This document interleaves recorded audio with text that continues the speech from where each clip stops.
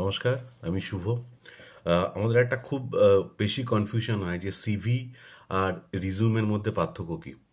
তো Princeton university একটা খুব ভালো এক্সাম্পল দিয়ে এটা বোঝানোর চেষ্টা করেছে।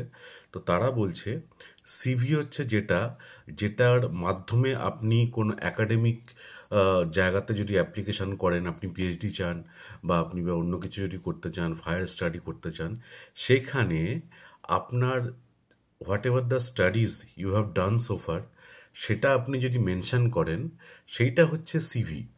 আর রিজিউমে কি হচ্ছে?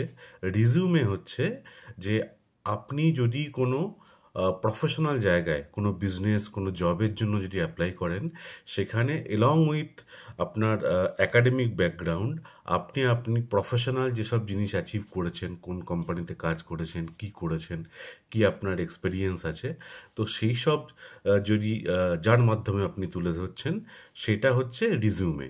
এ হচ্ছে দুটো বেসিক ডিফারেন্স। কিন্তু অনেক দেশেই এবং বেশিরভাগ দেশেই সিভি এবং রিজিউমেকে একই জিনিস বলে মনে করা হয়।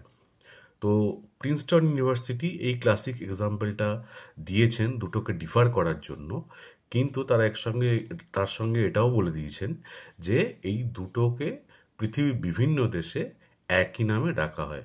নমস্কার।